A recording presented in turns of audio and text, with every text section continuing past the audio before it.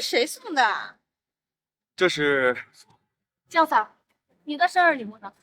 什么？涉及你们小情侣之间的秘密，我不能露出来。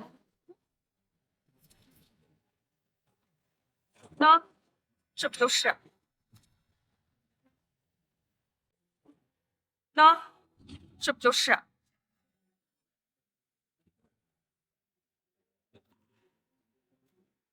对，就是我送的。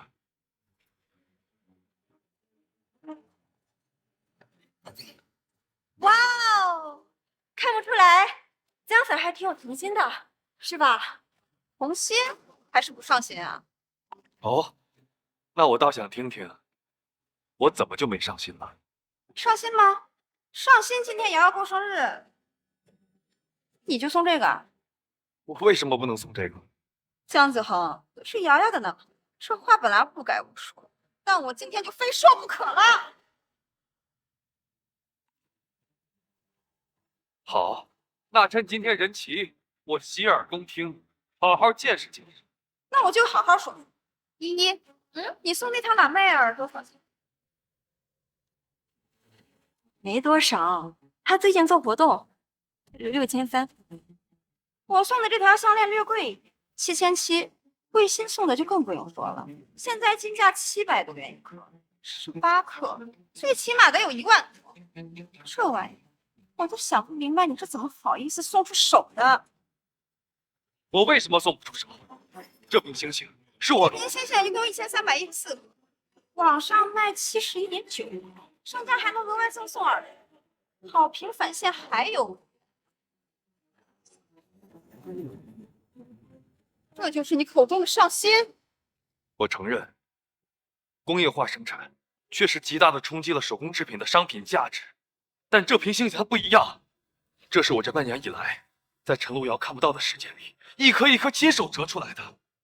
你的意思是，这瓶星星不仅局限于它那不到100块的商业价值，还倾注了你的心血和热情，是这个意思吗？我还以为你会很感动。上大学的时候，小孩的把戏差不多就收手吧，大家都是成年人了，难不成你还要道德绑架瑶瑶？哟，这又从何说起啊？我久坐案前，腰椎不太好，还真背不起这么大的一口黑锅。还在演？大家在职场上混迹多年，不说成了老油条，能看懂几分眼色的本事还是有的。你现在拿着这瓶星星说什么？还以为你会很感动的话，不就是指责瑶瑶刚才没有阻止丁倩为他出头，让你丢了面子吗？他要是不感动，就是抹杀了你为这个便宜货付出的心血和感情，就是在乎礼物价格，就是拜金该是万夫所指。可他要是感动了，那我就该闭嘴了。毕竟人家正主还没有说话，我一个外人在这操什么心心，是吧？你要是以为能凭借指责女生拜金这种落后的道德枷锁来强逼瑶瑶咽下这份委屈的话，那你错了。Girls have girls， 我们不会成为指责瑶瑶的猫，而会成为她坚强的后盾。没错，现在是新时代了，我们女生可不会被男人定义。想象力还挺丰富的，我不过是有些遗憾。我和陈路遥在一起整整7年，从校园走进社会，竟不能谈一点感情。谈感情就不用花钱了吗？是7年，你享用了一个女孩最美好的心，就拿这个给我。打住！我想问个问题，什么叫享用啊？我付出的时间就不是时间吗？那能一样吗？会不会是因为这家餐厅的规格太高了，所以在预算上有一点点的捉襟见肘啊？是不是？这不是理由。第一，你没谈过恋爱，可能不知道，一个男人如果真的爱你，就算去卖血卖身接高利贷，都不会在你面前哭穷的。尤毅也算是业内知名的大厂了，他作为公司的中层管理，底薪也不算微薄，更何况还有足足1年的时间可以准备。真就差这点钱吗？没错，这个餐厅的规格确实很高，需要提前1个月预定。餐标更是达到了人均2000的标准，所以面子上的钱花的差不多了，礼物上呢就节约一点，淘宝上买个小星星，讲讲感情故事，这样钱没花多少，面子里子就都有了。但是说到底，这不过就是权衡利弊，得到后就不珍惜罢了。真是诡计多端的抠门。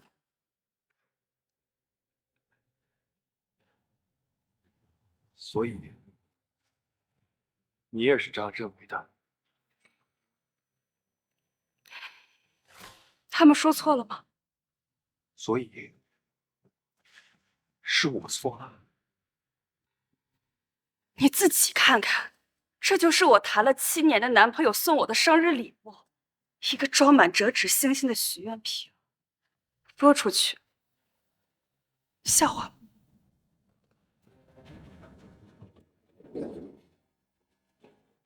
我再和你说一遍，这个许愿瓶里1314颗星星，都是我忙里偷闲一张一张亲手折出来的。这份礼物倾注了我这7年来对你所有的感情，我的爱光明正大，我不觉得它哪里不像话。你的爱好廉价，廉价到让我恶心。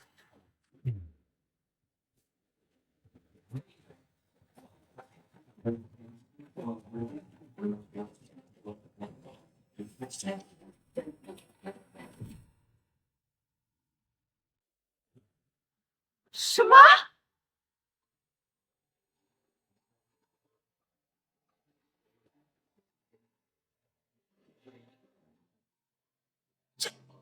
这是辆保时捷的钥匙啊！之前说过，表姐家条件好，上大学的时候，她爸妈就给她买了一台敞篷718代步。咱们2个人的家庭都是普通家庭，温饱不成问题。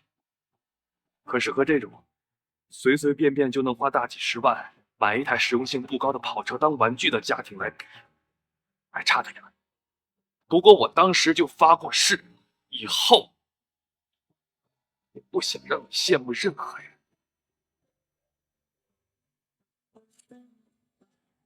哇，这个是分给瑶瑶的吗？好感人啊！我就说嘛，那个江 Sir 绝对不是那种看人下菜碟的人，对吧？是不是？本来是。哎呀，我们女生有时候本来就有点容易情绪化嘛。我们瑶瑶刚刚说的都是气话，做不得输的，是不是瑶瑶？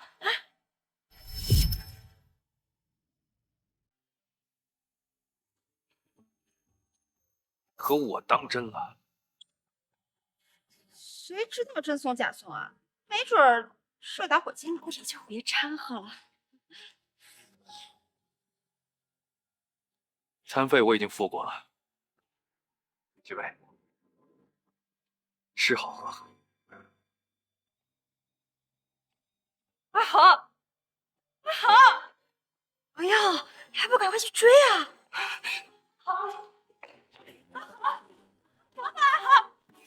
外面下着雨呢，我知道错了。阿豪，江子豪，我们把话说清楚。那是什么？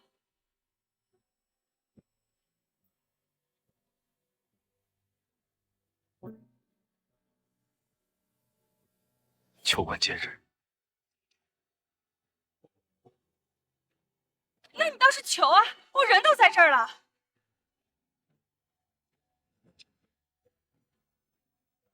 还有这个必要吗？什么意思？你是要跟我分手？不然呢？就因为这点小事你就要跟我闹分手？江思豪，你还是不是男人啊？小事儿，我不过是想在你拆开礼物的时候给你一个惊喜。你呢？你是怎么做的？你嫌礼物廉价，又不想显得自己拜金，所以没好意思开口。今天晚上，在你的闺蜜群里，你们没少吐槽我吧？是不是还让他们几个当你的嘴替了？我没猜错吧？我没有。你没有。魏鑫今天晚上有句话说的非常非常好，咱们都已经步入社会很多年了，都不是什么不谙世事的学生。今天晚上如果没有你的中肯，他们但凡有半点顾忌的面子，也不会那么跟我说话。那不是因为我生日吧？我闺蜜向着我，不正常吗？那我要是对你不好，你朋友不也向着你吗？互相理解一下，不行吗？那你就该责问我为什么不帮你说话。说到这儿，我希望你好好回忆一下今天晚上他们说过的所有的话。陈无瑶，我想问问你，就算我今天晚上送的就只有一瓶小星星，那我就犯下什么十恶不赦的大罪，以至于你的好闺蜜们整整阴阳了我一个晚上。我最亲爱的女朋友连一句话都不帮我说。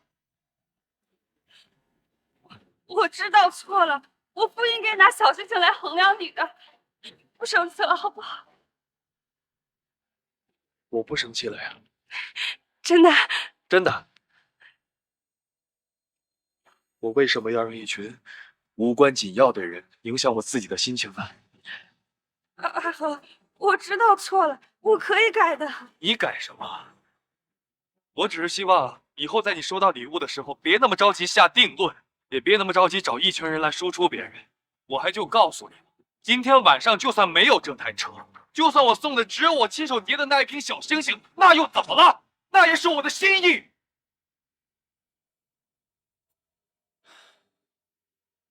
老话说得好啊，命里有时终须有，命里无时莫强求。有些人，就算东西送到他手上，他也接不住。我的爱一点都不廉价，廉价的是给他定价的你，你们。到此为止吧。阿和，你再给我一次机会，阿和。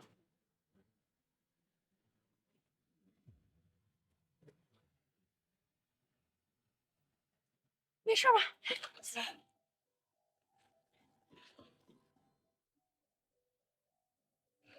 不要我了。没事，没事的。好了好了，瑶瑶，你听我说，他现在就是在气头上，我们先回去，等哪天他情绪稳定了之后，我们约他出来，再好好跟他道个歉就好了，好吗？他一个大男人怎么这么多逼事儿？要不是他藏着掖着，瑶瑶至于这样？好啦，男的不都是小孩性格吗？回头好好哄哄他，撒个娇服个软，先把车搞到鲁再说吧，不能白跟他这么多年。感情上就别这么功利计较了吧。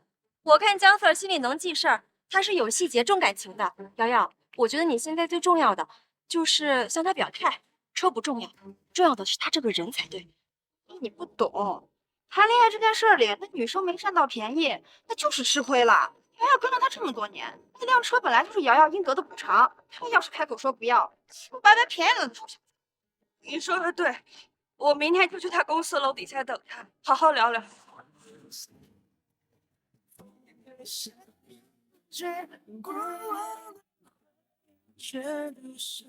操，什么破歌！分手应该体面，谁都不要说抱歉，何来亏欠？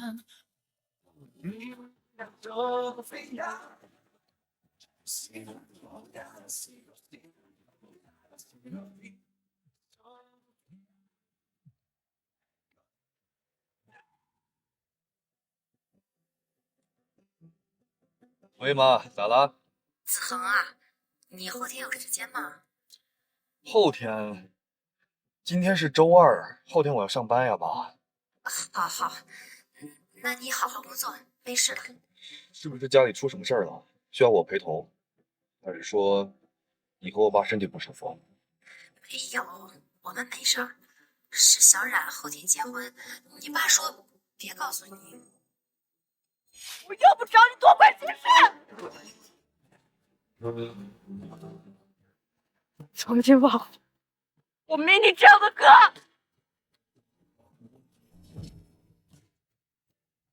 不是说避着你，怕你又跟小孙闹得不愉快。毕竟小冉自己选的人，再怎么说也是你妹夫。我过去一趟，至少随个1万。对了，我记得他现在好像做什么摄影耗材生意是吧？是，这2年有点起色。好，我知道了，先这样啊。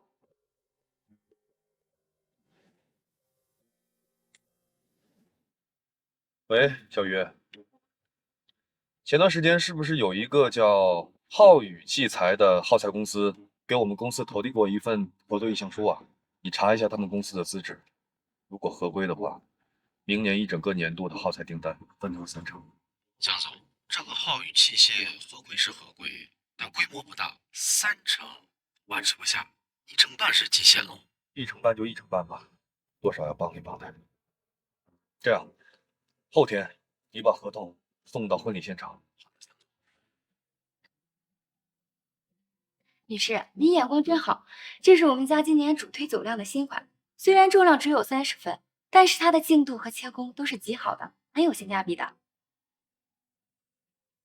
那这个多少钱啊？现在店里有活动，优惠完是5990。看完了，多少钱？先生您好，这款钻戒是5900。这么贵？先生，这款钻戒的价格已经是同级产品中最具性价比。等，你们什么情况我都知道，钻戒就是一场骗局，都是靠炒概念炒起来的，它压根就不值这么多钱。然，这款它难看还死贵，我们回去在网上补啊。我知道一家店500块钱就能买到3克拉，价格才1/10，不比这个划算。苏浩宇，我这辈子结婚就只有这么一次，为什么我连选择自己喜欢钻戒的自由都没有？不是，这买东西不得货比三家吗？我不用你出钱。这些年我打工存的钱也有10万出头了吧，再加上我妈给我的嫁妆补贴也有15万左右，不都存在你那儿吗？就从那儿出。这2口过日子哪能这样花钱呢？妈，你都怀孕3个月了，这马上还要办婚礼摆酒席，回头孩子生下来，这哪不需要花钱呢？你就不能学得懂事点儿，好呀，减轻点生活压力呀。我没给他压力啊，妈。之前彩礼我们家只图个好兆头，要了9999，意思了一下，这还给我添了15万，返了回来。你这话的意思是我们家浩宇占你江家的便宜了？我没那个意思。不是这意思最好。江然呐，你年纪也不小了，这有些规矩娘家人没教会啊，你自己得主动去学。这做人呐，第一条就要认清自己的位置，要本分。妈，你也是女人，我只不过是想在我自己的婚礼上，用我自己的钱给我自己买一枚自己喜欢的钻戒而已，这还是性价比款，怎么就成了没有家教、不本分？什么你的钱我的钱啊？这你们结婚以后不都是你这小家人的钱吗？真是小工人家庭出身，脸气就是那么窄。你们这样，这以后怎么把日子过好啊？哎，好了，妈，冉知道错了，我们再逛逛。你呀，就是太宠着他了。现在正是事业的上升期，连游艺这种国际影视巨头的订单，你都足足吃下了1成半。现在不教他点为人处事的道理，日后是要拖你后腿的。是啊，江然姐，这次你们的婚事可是备受家里重视，几个颇有成就的叔伯都推了别的商务邀约，千里迢迢赶过来参加婚礼呢。你们江家那儿有没有什么上得了台面的亲戚要来呀？我们也好提前准备准备，免得失了礼数。哎呀，他这成分就在那儿摆着呢。你不是什么金枝玉叶的富家千金，能有什么唱等寒夜的亲戚啊？也不知道从哪儿发的小家习气。江然姐，事到如今，我也跟你说脸套心窝子的话。以我哥现在的条件，有多少家庭条件好的女同学想认识他呢？他还愿意娶你，已经够意思了。你呢，也安分点，别老让我妈生气了啊！你帮穷亲戚，什么忙都帮不上也就算了，指不定啊还要牵累我们家丢面子。也不知道哪儿来的脾气，要钱买钻戒。哎，好了好了，微微，你也少说两句。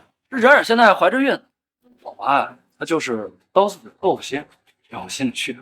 不过咋操作？你现在怀孕3个月了，这钱就应该花在刀刃上。这样，咱们再逛逛，跳到河边啊。走吧，再逛过去。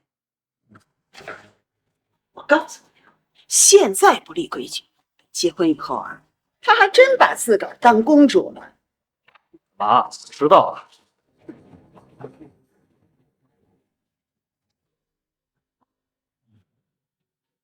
江冉，现在最重要的是为自己心仪的学校安心备考，而不是跟孙浩宇那种小混混待在一起浪费时间。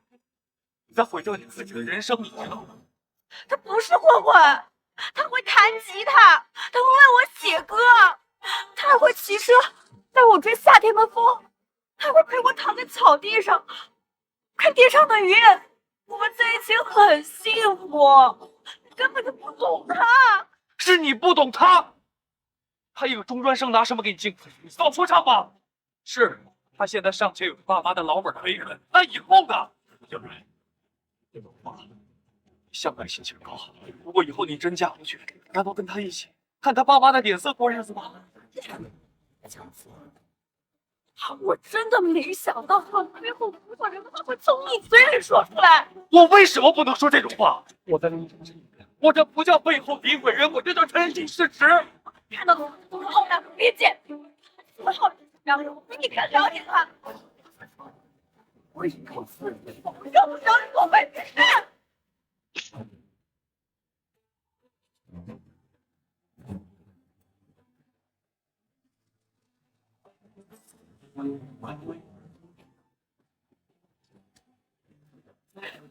求求我，我没你这样的哥。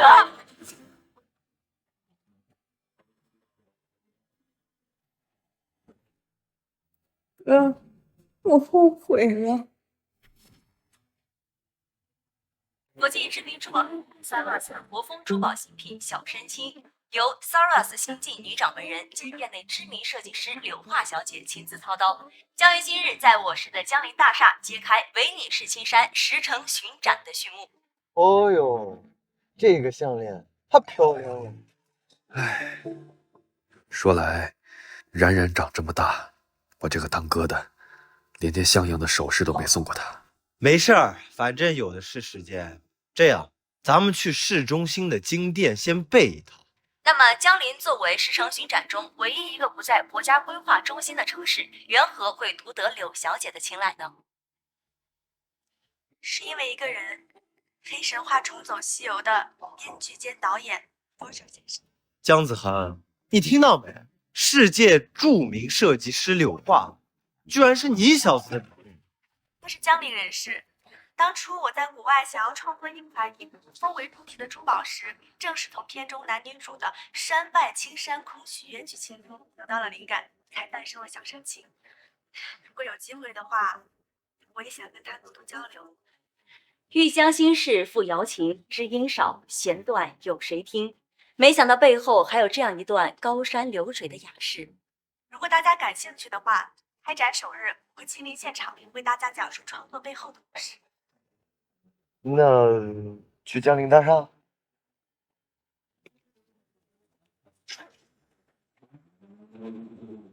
这次小山青的展出事关Saras品牌在国风珠宝领域的首次尝试，也是我们拓展大中华区市场的重要一步。那有劳诸位了，散会。猜猜我是谁？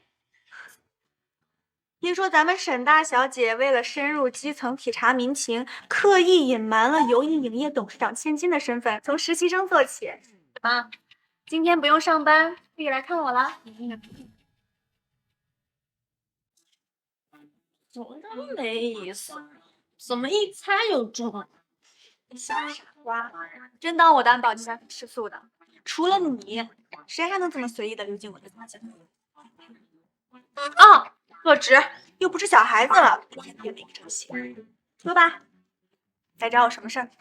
化解了，我没事儿就不能找你了。江陵啊，是个小城，跟临安隔着10万8千里。你要是真的想我，过几天就是唯你是青山的松江府展，到时候见我不是更方便？再说了，你们家的业务集中在沿海一线，要是说来江陵拓宽业务，那更是天方夜谭。所以你突然出现在这里，一定是有事儿，而且是急事儿。我不是，你谈恋爱了？我没有。哦，动心了，但还没拿下。这我倒是好奇了，到底什么样的男人能把咱们家小公主迷成这副模样？花姐，好了好了，说正经的，到底什么事儿？就是人家对我有恩嘛，我想略表一下谢意。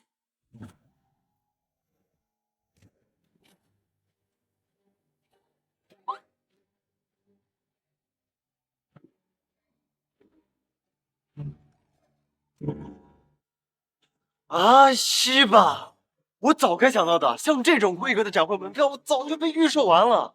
这下咱们一时半会儿从哪就搞些门票来？先生您好，冒昧打扰您一下，我呢有急事儿，必须进展会一趟，所以想请问您和孙夫人的票能不能出手？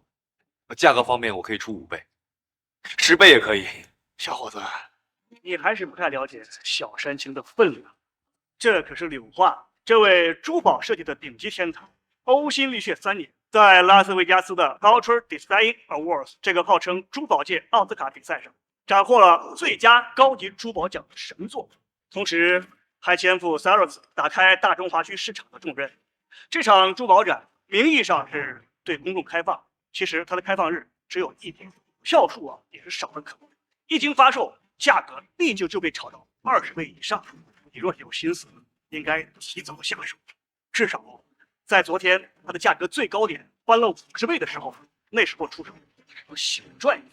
小伙子，这珠宝展会呀，一开始就不是谁想来就能来的。这能进去的呀，就不用在这排队了；这不能进的呀，即使兜里有几个小钱呢，也没人花的。好的，多谢指教。那这下我们该怎么办啊？喂，小云，帮我联系一下 Saras 那边，看看能不能要2张唯你是青山的展会门票。这手没整了是吧？姜子航，你是程磊？哎呦，真是你啊，兄弟，好久不见呐！好久不见，好久不见。来，我介绍一下，这位是我大学室友袁昭，这位是我高中时期的好兄弟程磊。你好。哎，你们也来看展了？哎，要么说你小子这重点大学没白上呢，在外面混迹多年，混得不错呀。这展子那票价可炒到10万1张去了呢。这么贵，难怪都不肯让票，原来都是不缺钱的呀。让？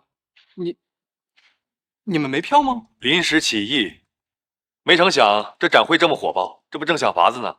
啊，其实啊，到了这个级别的展子，本质上就是他们上层圈子的一次集会，来者非富即贵，没几个人会为了那点票钱轻易出卖资格的。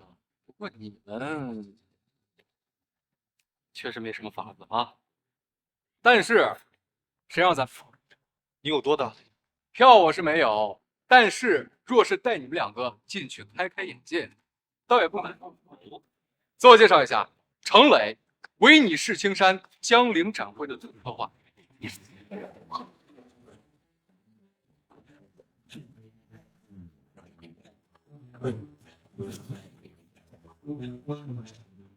唉，可惜了，这10城巡场到这就结束了。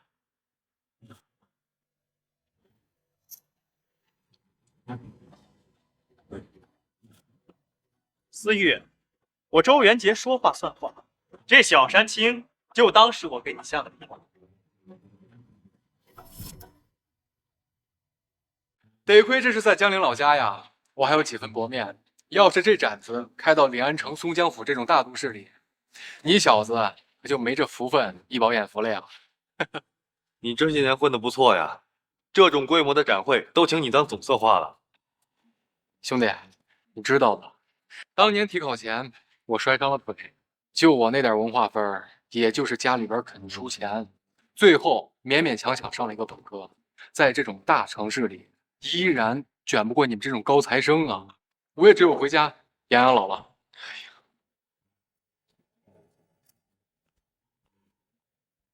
哇塞，能承接这种规格的会展，那可不算混日子啊！在临安城，要是能接这么一单，少说得有180万。兄弟，你可真是太高看我了。江陵再怎么说都是小城市，知名度和开销都没法比，更别说这种商业展览的数量了，压根不是一个量级的。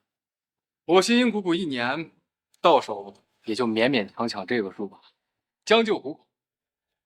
年入100万还将就不着，你过分了啊！松江府都没这派头，不知道的以为江陵已经跻身国际化大都市了呢。喂，什么？周公子到了？哎，行，我现在过去。要不你先忙？行，兄弟，你们2个先在这儿随便逛逛，但是切记不要冲撞买票进来的客人，那可都是非富即贵啊。你放心吧，我们也不是那种没事找事的人。跟周公子有故事。我记得上高中的时候，同级确实有个姓周的，当时他仗着自己家里跟当地系统有些关系，自称什么周公子，而且还笼络了一群纨绔子弟，专门和我们这些普通家庭出身的孩子不对付。程磊尤其看不惯他，好像当时还在球场上起过几次冲突，应该是巧合吧。走，咱们也逛逛。走。公子。程磊，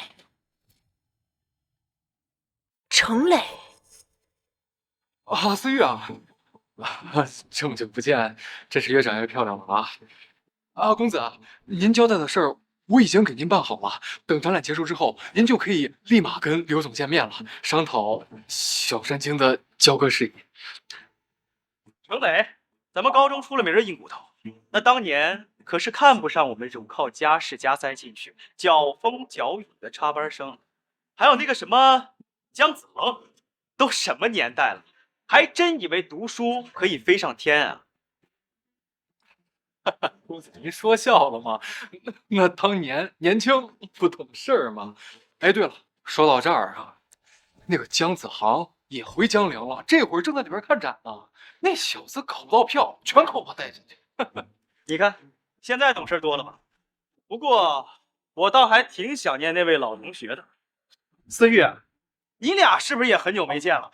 那想当年，你俩在我们班那可是成绩都是榜首榜样啊！他们给你们俩起了个外号叫什么？金童玉女是吗？时候不早了，小江，把车开去候着，我要先进去了。公子请。我就不需要你带路了。波尔雪先生已经到机场了，你在这好生候着，一会儿接人家进去。这次的小山青，少不了人家的饭。别给我掉链子。是，您说的我都懂，我一定把文九先生安全送进会上。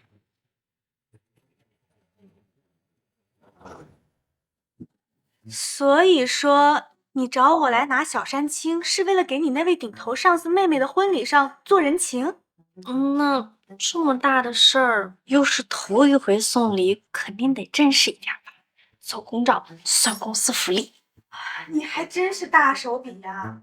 可线下小山青正在10城巡展中呢，我若是送给了你，我的巡展还怎么开下去？哎呦，花姐姐，你们柳家的传家规矩我都懂的。为了防止在打造过程中出现一些瑕疵，一般会同时开录好几件，剔除失败的作品，留下最好的用来供奉神明，称之为征造，剩下的流入市场，称之为引造。我不太想，我就要一件引造。你还真是会为我考虑。这小山青啊，制作工艺复杂，损耗极高，除去最终供神的征造，我只留下这么一件引造，还有大用。这小嘴一张，就给我定了去处啦。哦，花姐姐，你最好了。我还真是好奇了，你身为游艺的小公主，什么样的年轻俊杰没见过？这想谈恋爱，随便勾勾手指都够开个狗场了。到底是什么样的男人，把你溺成这样啊？年轻俊杰，你是说那些一出生就站在了资源顶尖，靠借父辈的光给自己砌了一层金身，然后就可以说自己能力以外的资本都等于零的那些废物，一点都没有自知之明。那在我们圆圆的眼里，到底什么样的男人能称得上年轻俊杰这4个字呢？那自然是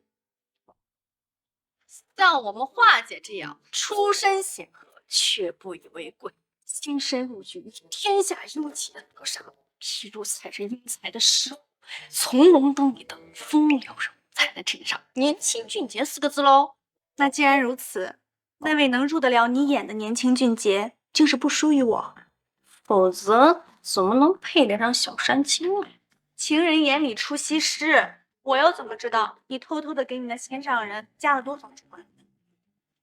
你想要小山青，可以，华姐最好了，但是这不能是私人赠与，我有条件的。什么条件啊？我要和游艺合作，联动黑神话 IP 项目开发。你是想要借黑神话的事达成破圈效应，趁机打开国内年轻化国风首饰市场？可以。不过 IP 的授权费用占30%，用交。这不过嘛，我还有一个小小的附加条件，想来对你来说也不是什么难事。好啊，那你说，我尽力速查。我想约 Virgil 先生吃顿便饭啊？什么？有意的高层发来信息，说 Virgil 先生前来观展了。原来是周公子的同学，久别重逢，可真是意外之喜呀！啊，对对对，是姐是姐。这在场的不是名流便是显贵，周公子有意点名这位全校第一是什么意思？要大伙付这一手？你也知道，在场的不是名流便是显贵，在这些人面前，区区成绩好算个屁呀！你都大学毕业几年了，别人介绍你还拿你高中成绩第一说事儿，你觉得有面子吗？以介绍之名，行羞辱之实罢了。看来周公子呀，和他这位同学在学校的时候相处并没有那么融洽。韩思雨，许久未见，你风姿更胜往昔了。那是年纪小，不懂事吧？哟，这小子好像是见过世面，有点底子。怎么说啊？哎，换作是你，在这种场合见到了以往有过嫌隙的人，而且对方还是身份明显不低的情况下，你要是个白身，还能这么心平气和的跟人家女伴打招呼吗？确实呀，况且他还有一个混进会场这件事在前，差点都被安保给架出去。你要说呀，这小子心理素质还真可以。可惜啊，连展会的票都弄不到，就算有几次，这后不到哪儿去啊！哎呀，你看这事闹的，我早该料到。刚刚程磊啊，他就跟我汇报过，你跟你的朋友2位没有票，他从内部通道给你俩带进来。哦，原来是这样。说到底，还是非正常渠道进来。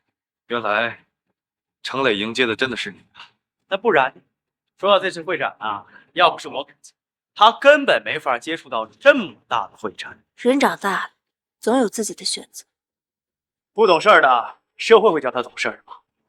你说你老在大城市待着，也不回来看看，就过来看个展不放。江陵这几年发展也挺不错的。哎，你说今儿也不是节假日，也不是周末的，你怎么有闲心思过来？是不是辞职了？收拾东西安心回老家了？怎么想去烟草还是电网？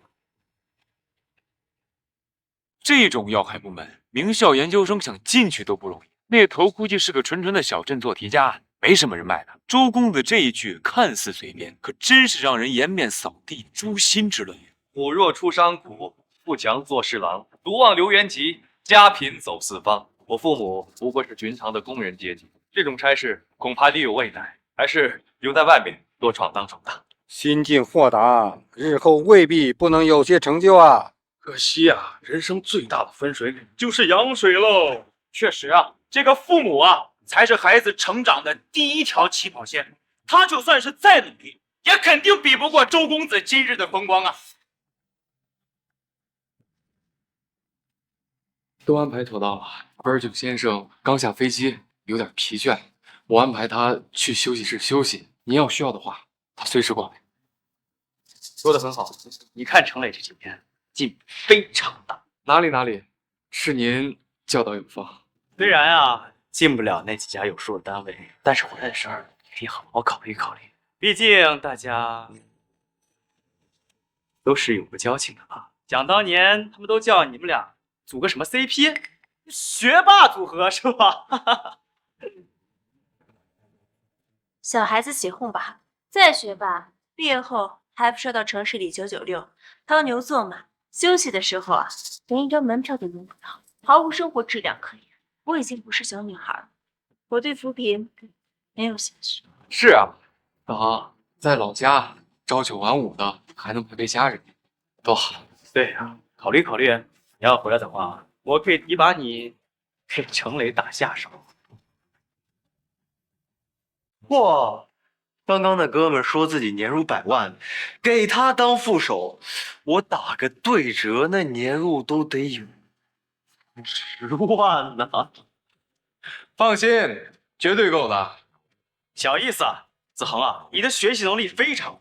其实如果可以的话，你也可以让程磊给你打下手，这样也不至于连个会产都进不来。那算了，君子不夺人所好，这么大的利益，我都怕程磊打我。哎，说的什么话啊！你俩当时可是最好的哥们儿，他能有什么意见呀？程磊，你说是不是？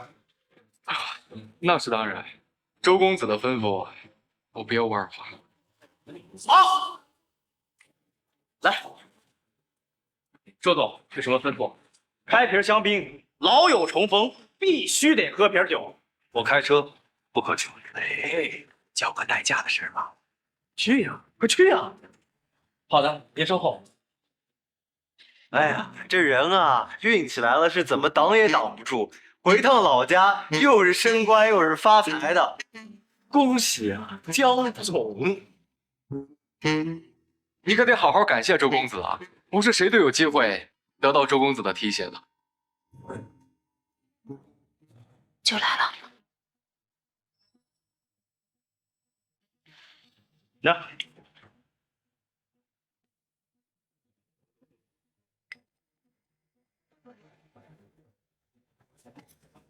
等等，姜子航，你这是什么意思啊？我怎么了？你白在外边混迹这么多年了，连点这种基本的酒桌礼仪你都不懂了吗？啊？周公子的身份地位摆在这儿，他邀请你在他麾下工作，那是看得起你；他请你喝这杯酒，更是你的荣幸。你怎么把酒杯举得比他还高？算了，他向来如此，沉浸在自己的世界里。人际交往是弱项，这次回来估计也是这个原因。兄弟，咱们都不是小孩子了，你不通这点人情世故怎么能行？以后做业务有什么前途啊？你不赶紧跟上层领导打好关系，早日进入管理层，你能在一线干多久？是啊，找工作的人那么多，现在到了35岁做不到管理层，很多大厂就要把你优化掉。他们说的没错，这次你回来啊，真得跟程磊好好学一学。有本事有什么用？有本事的人多了，最重要的是什么？做人嘛。做人，我看那是当狗嘛。不是，你什么意思？鲁迅先生曾经说过，做奴隶并不可怕，因为奴隶会挣扎，只要挣扎就会有挣脱的希望。若是从奴隶的生活中寻出美来，那就是万劫不复的奴才。你们这帮人啊，自说自话能不能有个限度？井底之蛙当久了，还真以为天就井口那么大。别人工作日回来，又联想到别人在大城市混不下去得回老家，就又联想到别人不通人情世故，没有上升空间，就又联想到别人不如自己，对别人指指点点，高高在上。我说你们这帮人能不能发疯要照照镜子看看这是什么玩意儿啊？老袁，可不可？有气呢。不好意思啊，我兄弟口无遮拦，我自罚一个。口无遮拦，看来你也觉得他说的对，看不上我们这帮井底之蛙。去！有些人啊，自认为在大城市待得足够久，其实对真实的世界认知浅显而幼稚。其实真正的井底之蛙，你们才是。看来你们真的是对周公子的能量一无所知。你们真的以为他是一个只靠父母、家族作威作福的纨绔吗？哦，有什么成就？愿闻其详。你知道全球票房登顶的黑神话？地球人都知道，但那是人游艺影业的东西，跟你家主子有啥关系啊？你知道影视行业最重要的是什么？创作型人才，规格足够的人才，甚至能够带得动一个产业。能不能说重点啊？你该不会想说黑神话整个团队是在你主子带领下开发出来的项目吧？虽然现在不是，但是很快我们就会拥有很多同级乃至更高级的项目。周公子已经花大价钱将项目中主创灵魂人物、导演兼编剧 Virgil 先生纳入麾下，很快将临江对标好莱坞，成为国内乃至国际首屈一指的影视工业基地。啊？什么时候的事啊？这种上层顶级人才的流动，你一个打工的，只有消息上新闻的那天，你才后知后觉吧？给你的机会你就不中用了。等你被时代抛弃的那天，连句招呼都不会打。你看，我说吧，程磊的长进是真不小。到时候，江陵影视工业基地就交给你来负责了。你好好带你的老同学，长长见识。今后呢，你们两个那可就是两个世界的人了。是，我一定会做好，一定不会让您失望的。我会让某些人知道给您做狗是多么荣耀的事儿。我一定会让某些人知道他们究竟错过了什么。彼此话不投机，江子恒，既然你如此弃儿，想来也不会承元杰的恩惠，受这嗟来之事。既然如此，就请出审。思瑜倒是提醒我，江子恒，你是清香白莲，衣不染尘。像我这种当狗的我，你也不屑于沾了。你还站在这儿干什么呢？请吧。该说不说，有点给脸不要脸的。有多少人想当周家的狗而不可得呢？哎，学习好的多少会自视清高，没辙，没什么经历，不懂大丈夫能屈能伸的道理。他潦倒的时候啊，他就知道自己到底错过了什么。大家都是老同学，本不想把事情闹得这么难看，可是老袁有句话说的没错，你们自说自话也该有个限度吧。也不知道是谁在自说自话。有的人没票，需要靠程磊从员工通道带进来的时候不显难看，逃票被发现要靠袁杰开口解围的时候不显难看。袁杰看在老同学的面子上，想对你加以提携，你非但不领情，反倒觉得自己是个人物起来。你要是真有那本事，就不要依仗于别人，靠自己堂堂正正的走进来。倒也不必把你们小圈子里的潜规则看得太重。我遇上你不过是适逢其会，说到底，这不过是一个珠宝展会吧。我想进来就进来了，仅此而已。想进来就进来了？你当这里是什么地方？公共厕所吗？你在临安城一个月的工资又能有多少？1万还是2万？你知不知道这里的展出门票在当日已经炒到10万一张？程磊说过了。你知道就好。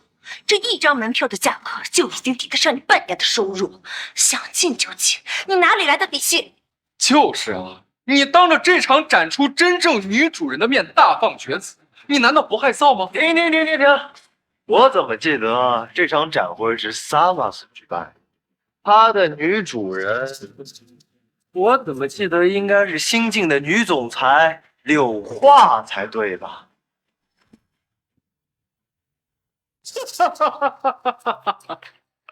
你们这群牛马呀，真是这辈子都得吃信息差的亏，活该打工打到死。柳小姐是 Virgil 先生曾私下表示愿意将小山青礼赠知音，而如今周公子作为 Virgil 先生的恩主，他若出口讨要，那 Virgil 先生能不忍痛割爱吗？什么？真是大气啊！限量珠宝，名流见证，这是一个女人梦想的极限了吧？她也太幸福了。大丈夫生当如是啊！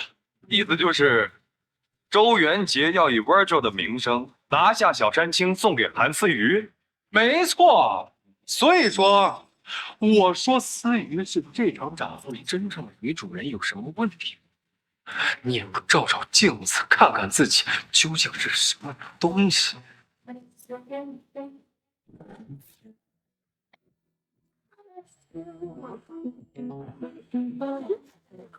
宝贝，你说我搭这个耳环怎么样？好看吗？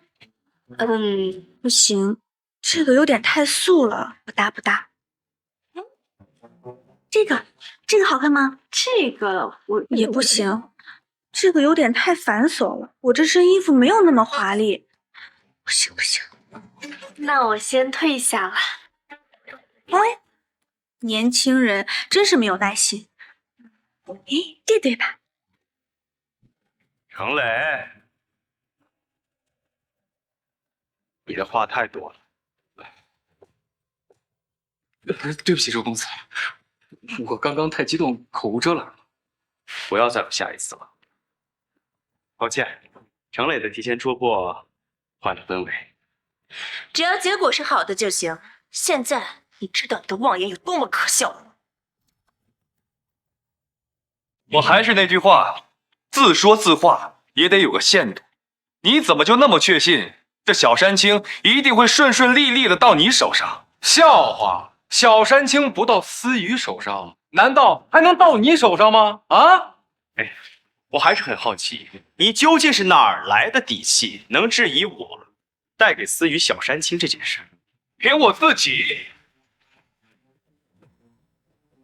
多年来打工的一点小心得。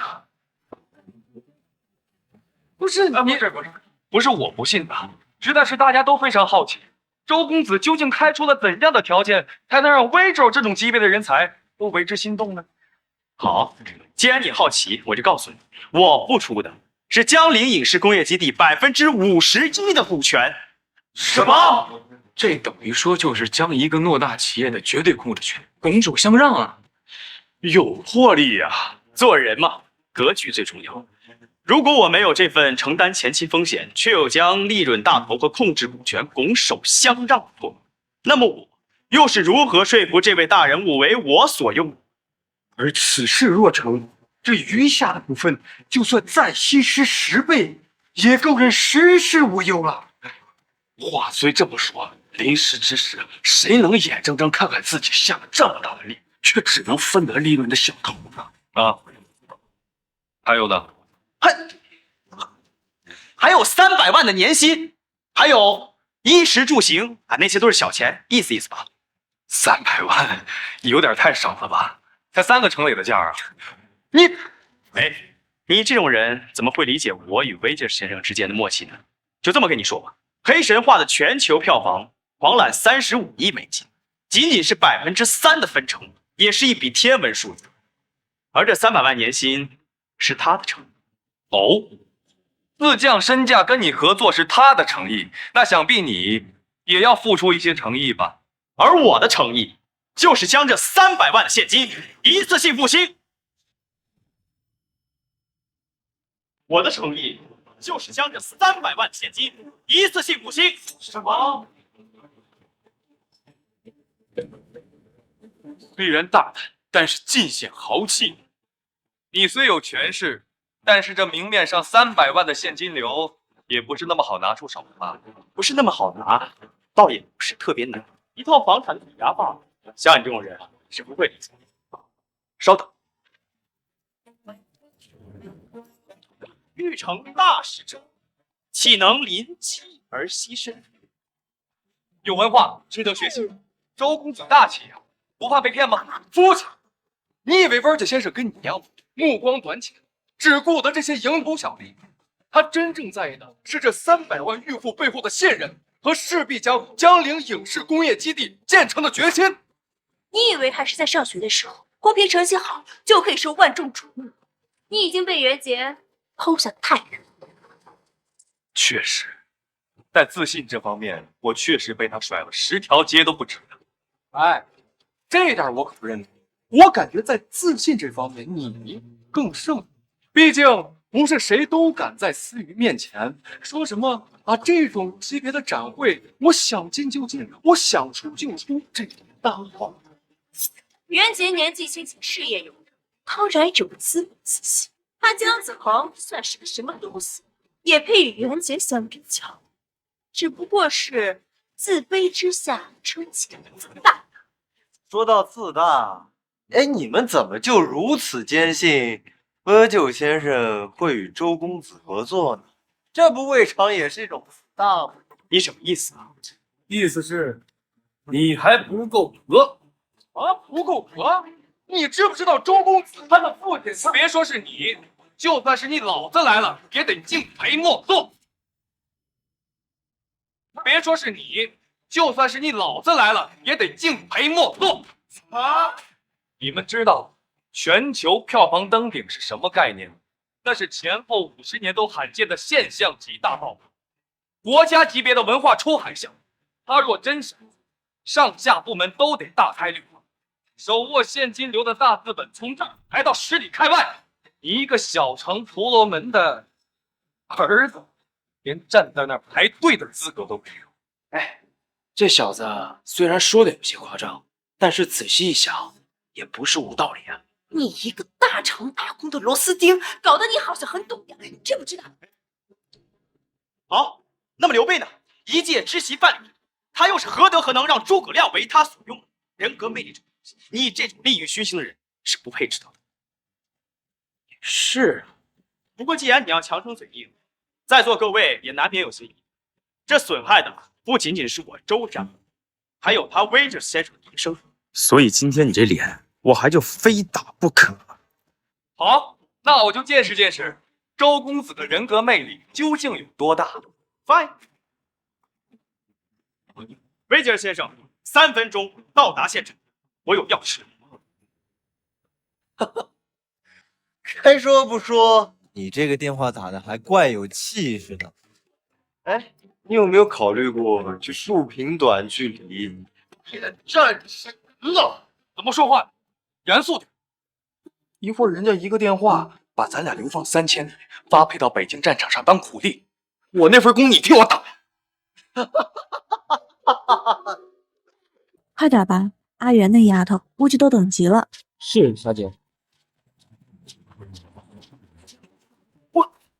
我没听错吧？他说什么水硕出身，连实习期都过不了。一卓啊，看来你来的下属不是很给你面子啊。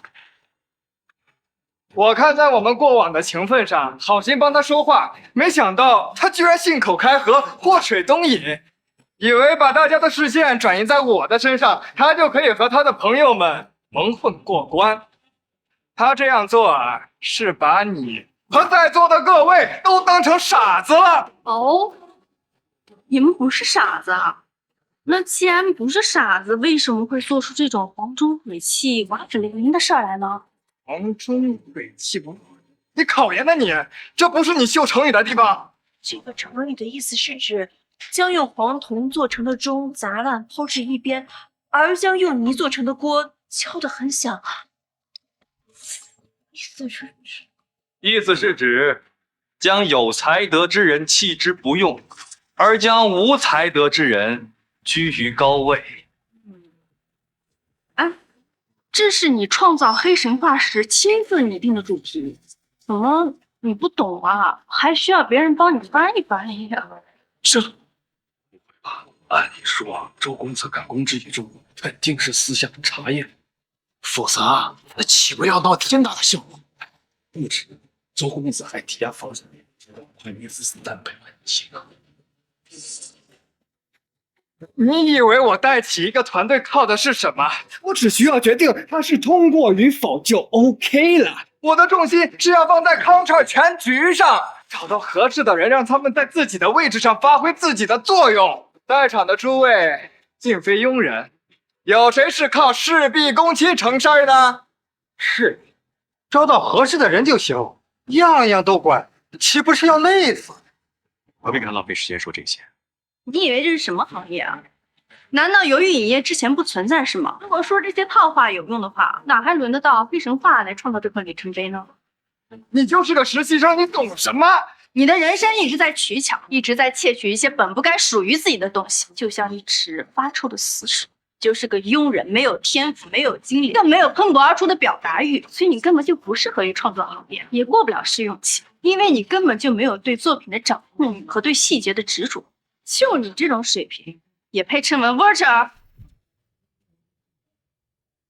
所以说，这个李一卓还真有点问题。但这个小姑娘就是个实习生啊，这种规格肯定不是一般的实习生。而且你们注意到没？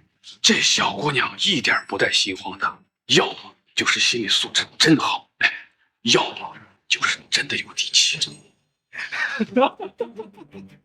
当初 work 的时候，怎么没见你敢这么颠倒是非啊？他跟你到底什么关系啊？竟然让你宁愿牺牲在游艺的前景，也要护着他。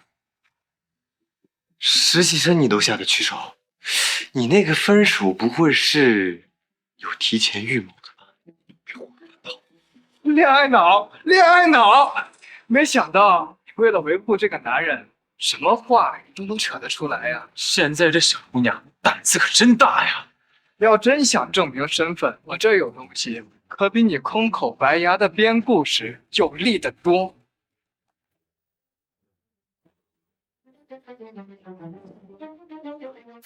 大家都知道，我这次来是肩负着帮周总拿取小山青的重任。若我不是 Burgess， 凭什么凭借着这个去联络 Saros， 找柳小姐去讨要小山青？游艺的版权意向合作书，还加盖了公章。我还没把这件事情同步下去，是谁走的流程？还有这分成比例。要是这种规格的合同，柳小姐倾向于我角，那本人肯定得出面。伪造公章可是大罪，尤其游艺这种规格的重大集团，这下铁证如山了。大伙还有什么顾虑吗？这谁给你的？公司高层的规划，岂是你这一个小小的实习生能过问的？怎么，你还要死鸭子嘴硬啊？你以为你是谁呀？你说的话能比公司的公章还有效力？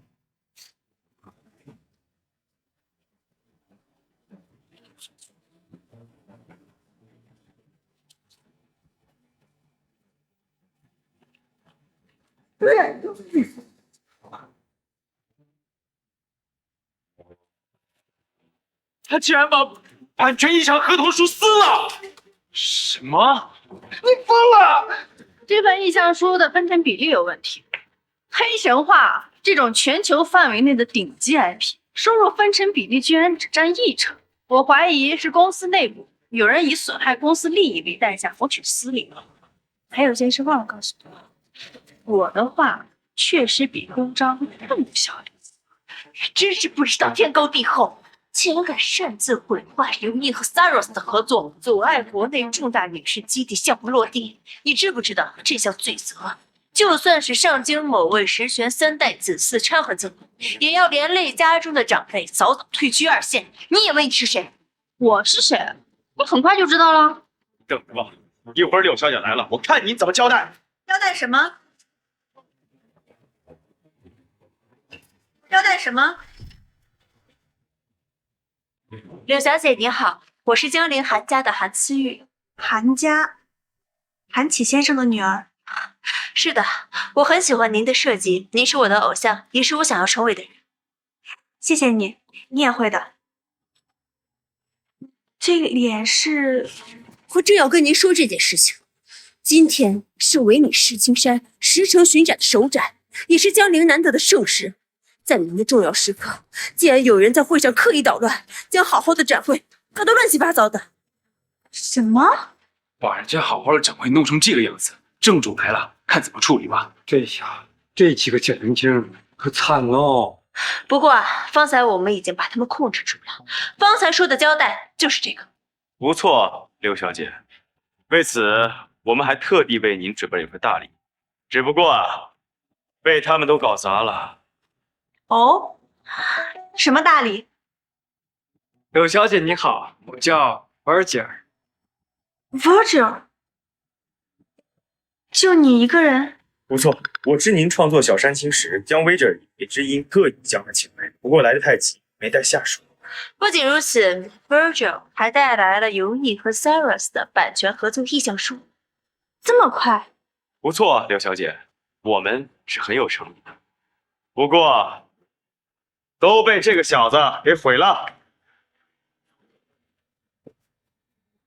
说来也怪我自己，这位是我高中同学，名叫江总。他因为没有票进不了展会，所以我好心带他进来，没想到竟然把我们展会弄成这个样子。不仅如此，他边上那个女人更是狂妄至极，竟然擅自撕毁了尤毅和 Cyrus 的版权合作意向书。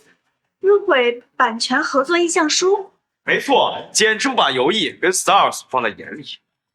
我这就帮您处理他。来人！等等，我亲自处理。破坏了价值几十亿的合作，还同时得罪了尤毅和国际珠宝大行Cyrus。我看他还有没有命令超谋。自诩清高，不谙虚伪，以武者惹出好大的祸事。幸好我当时没有选择你。原来是您。不速之客，还望柳小姐海涵。Virgil 先生能拨冗亲至，该是我这场小展蓬荜生辉才是。柳小姐说什么？我没听错吧？她怎么？没听错，是这个叫姜子航的。咱们都错了呀！什么？柳小姐，你没搞错吧？柳小姐，我不知道您是不是听了什么谣言，有一些误会。这版权合作协议书可是我带来的。我知道是你带过来的，可是不是被他给撕了吗？柳小姐，这版权合作意向书都被他给撕毁了，您怎么不生气？您不是应该好好的惩罚他吗？他撕他的，我生什么气？再说了，他就算真的不同意，我又有什么办法？他不同意有什么用啊？这是我们尤毅和 Cyrus 的合作，公章还在这里盖着呢。可惜他说话，你这公章管用。刘小姐，您跟我指条明路，这位女士是？你不是已经猜到了吗？尤毅影业董事长沈之玉的独女，沈家大小姐沈元君。啊！既是这般身份，那这还不够明显吗？黑神话是尤毅旗下的产业，他自然是要和他的人站在一起。他是，自我介绍一下，我叫姜子恒，英文名 Virgil， 取自于《神曲》当中为但丁引路的古罗马诗人，尤毅影业大中华区现任 CEO。是你？怎么会是你呢？当然是我，如果不是我，怎么会知道你的项目进行不下去呢？你怎么不早说呀你？我们不是一直在说吗？谁让你像个孔雀开屏一样到处秀优越呢？还真是井中蛙和天上月。我小时候还觉得这些故事都是骗人的，所以外面的世界真的那么大吗？你仔细看看，再观他，当如以利浮游，见青天。我的钱呢？我的钱呢？转走了，一到账就全转走了。他说那钱得倒到国外才干净，事成之后才分。谁告诉你？说，是谁指使你的？事情成了，皆大欢喜。这笔钱我们问没了。事情若不成，你作为台前之人，不然少了6.2兵请在上层。另说你不然非减刑不服，但出来之后呢？你考虑过，还有哪家公司会要你一个坐牢犯？眼下所有罪名出来以后，全都归你，足够你安安稳稳度过余生。是我了，是我自己被开除了以后心中不忿策划的。那章也是我伪造的，是我。可能公章明明是真的，究竟是谁呢？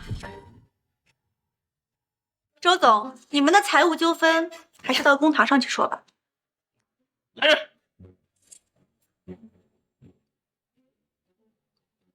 几位，请随我来。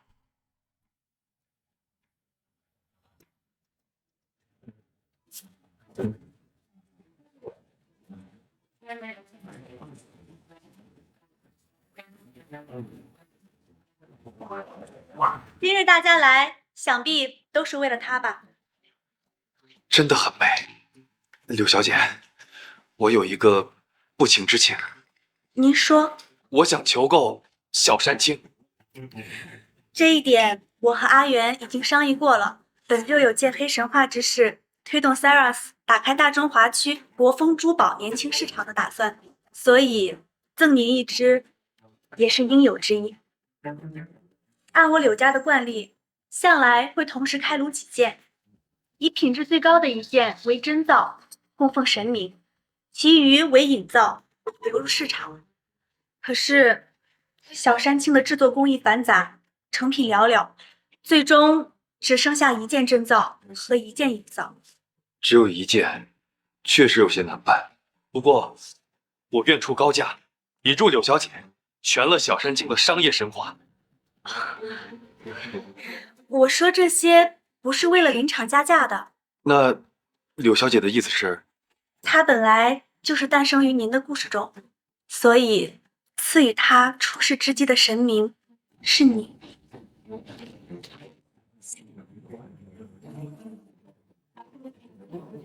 这是今日我将以小山青的真造一酬江先生之劳。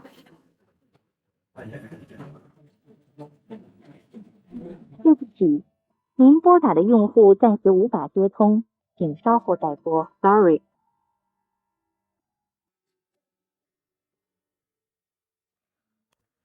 你好，我看你在这很久了，是在等人吗？这个点，下班都走了。不用害怕，我没有恶意，我就在这上班。游艺影业总监制尊木。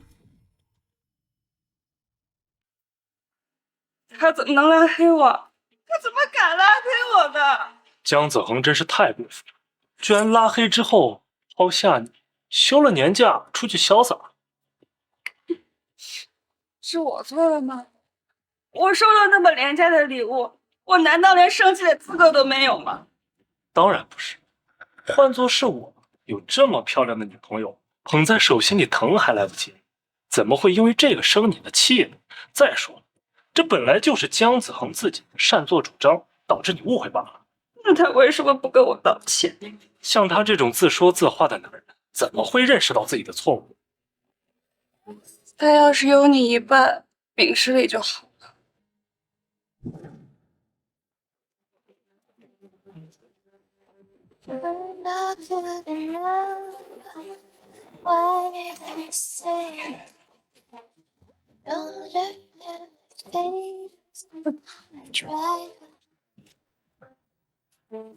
Told you not to stare, don't doubt my desire. It's true.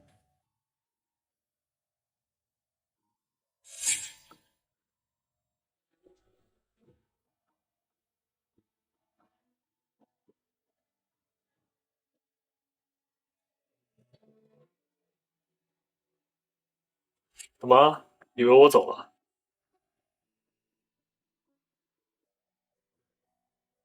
你不会以为我是江子恒那种不负责任的男人吧？来，快喝吧，别放凉了。你会不会觉得我是很随便的人？怎么会呢？有一句话叫白头如新，情感如故。虽然我们认识的时间不长，但我想我是很能理解你的。快吃吧，吃完了我有礼物给你。吃完了，看看。木陆丰文化传媒有限公司法人变更合同。一个年利润200万的公司，这是我送你的第一份礼。什么帕拉梅拉，你可以自己买，随便买。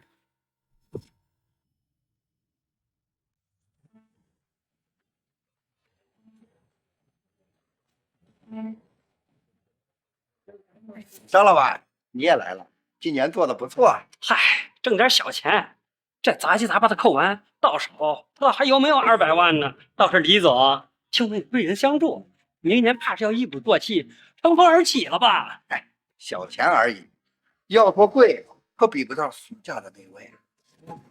听说啊，这盈利的新订单是他上面的人指名给的，也不知道走的什么运，竟然能入得这种大人物的眼。孙家的祖坟，这是冒着青烟呢。孙家再怎么说也是白手起家，生意做起来。要说祖坟上冒青烟，那还得是江家，谁让人家生了个好女儿呢？子恒到哪儿了？出发都半个小时了，应该是快到了。他们兄妹从小关系就好。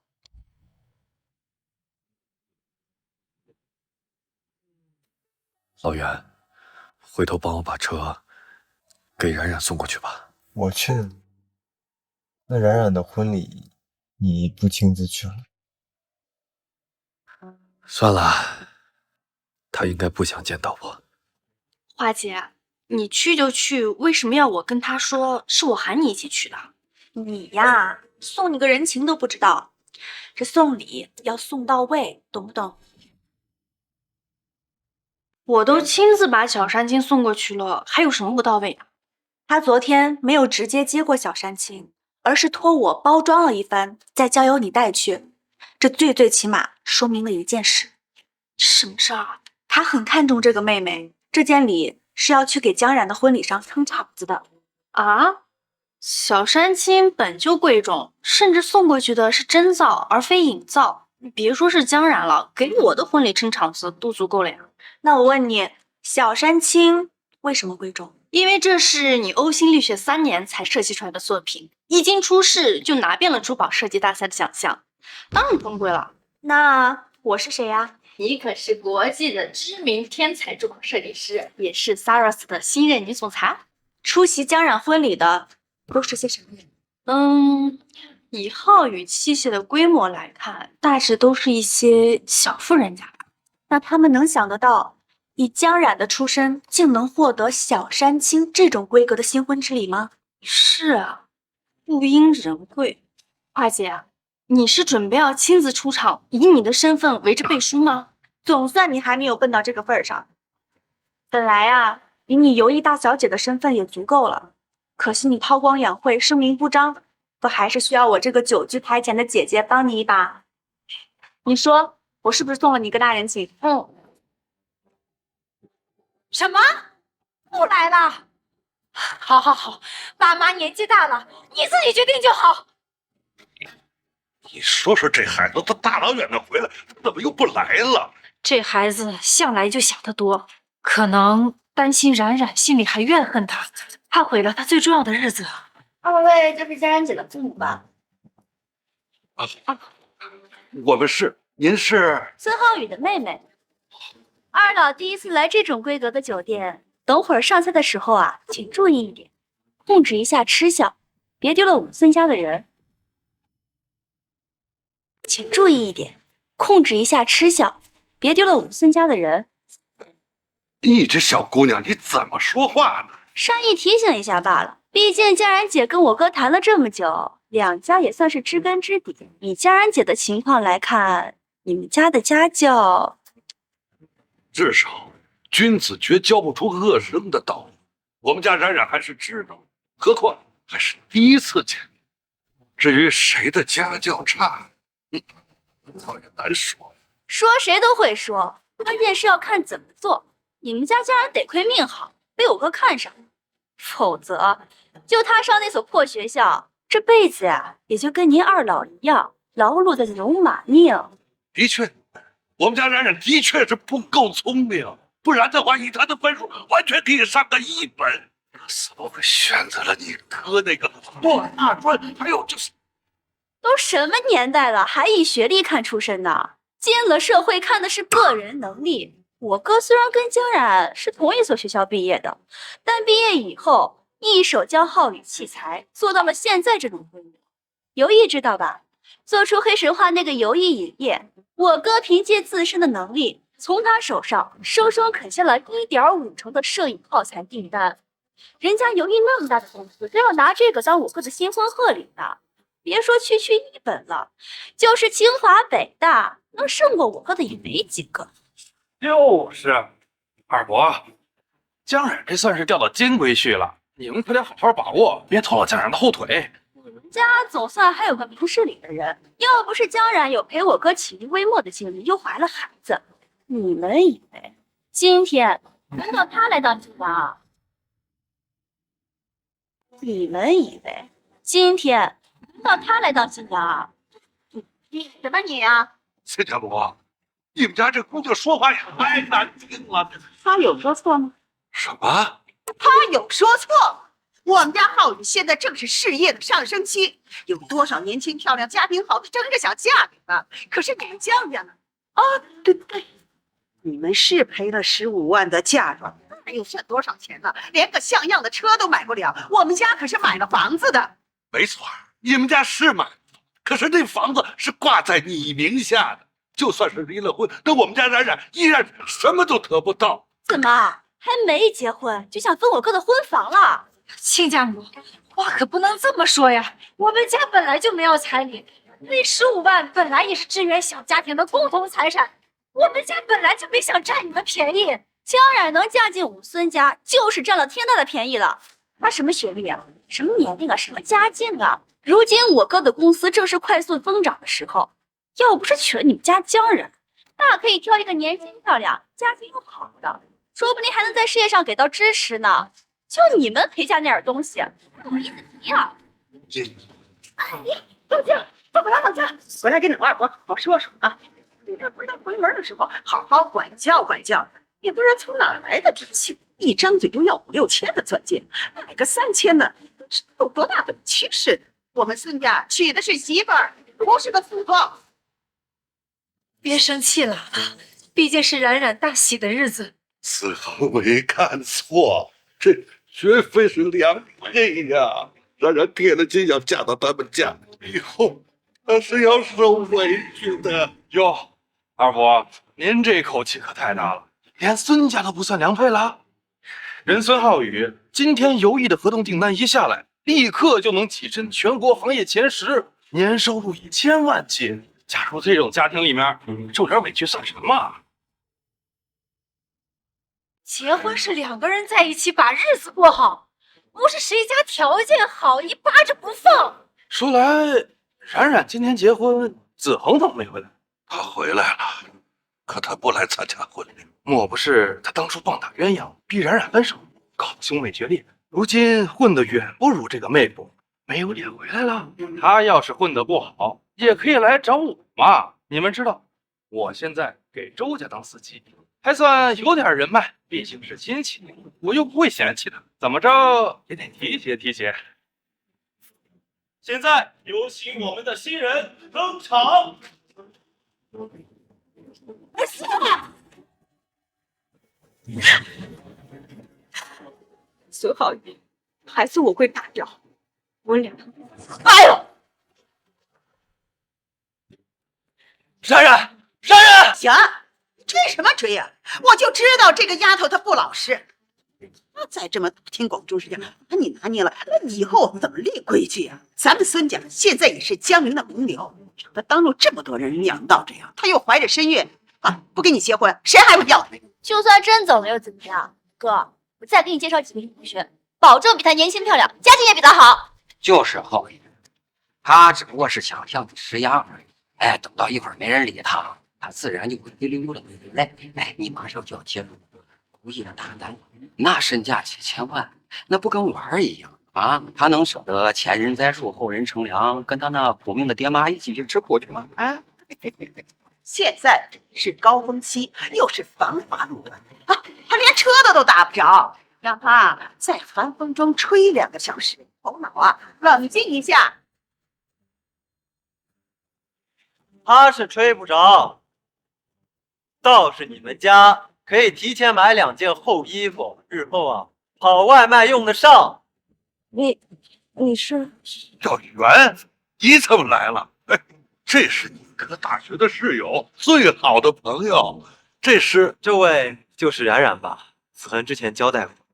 到底不用他们家花钱啊，什么人都喊过来了。没位置了，你真要来讨食啊？那就和江家的3个人一路吧啊！您多虑了，我呢是受人之托来给冉冉送贺礼，我的饭自有人请，反倒是这儿如您这样的老不死东西，都把人胃口倒尽了。怎么说呢？说话，我还以为我在骂人呢。来，冉冉，把手伸出来，让他们看看你哥给你准备的第一件礼是什么，让这家人知道自己到底错过了什么。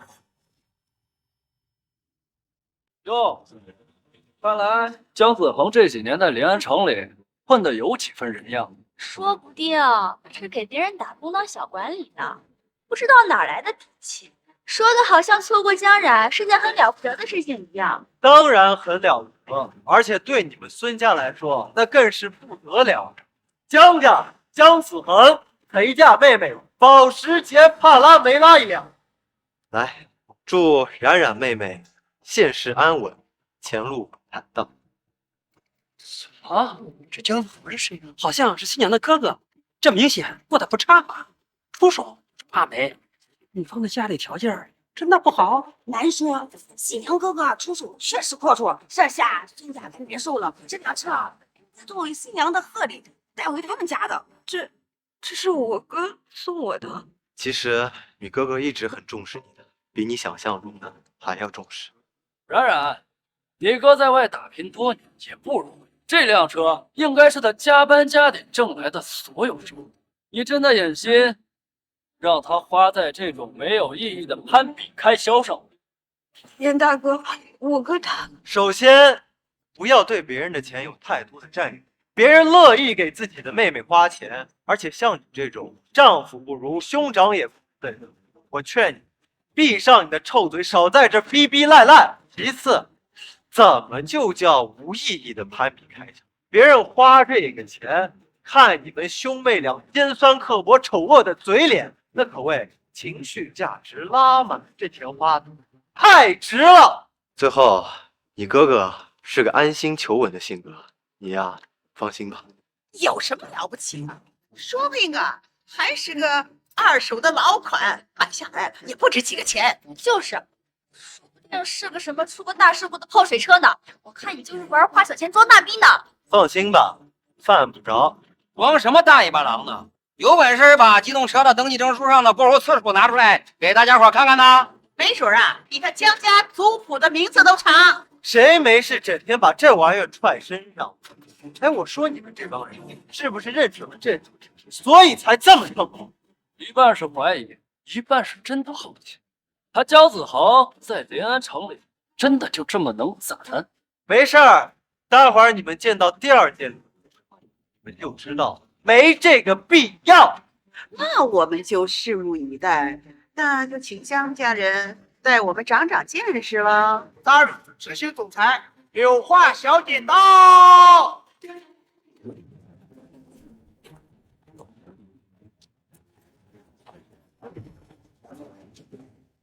我没看错吧？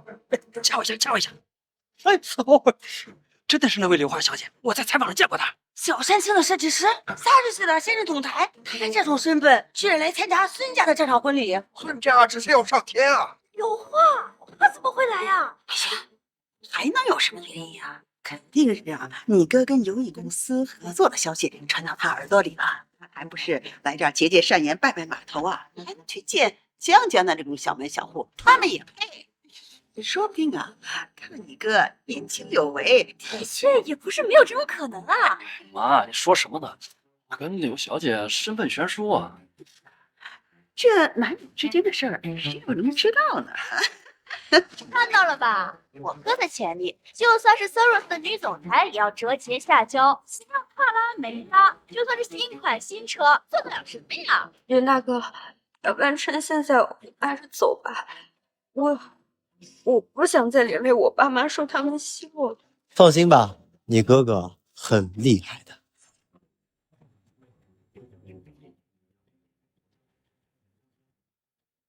柳小姐，大驾光临，我们什么都没准备，实在是打扰了事。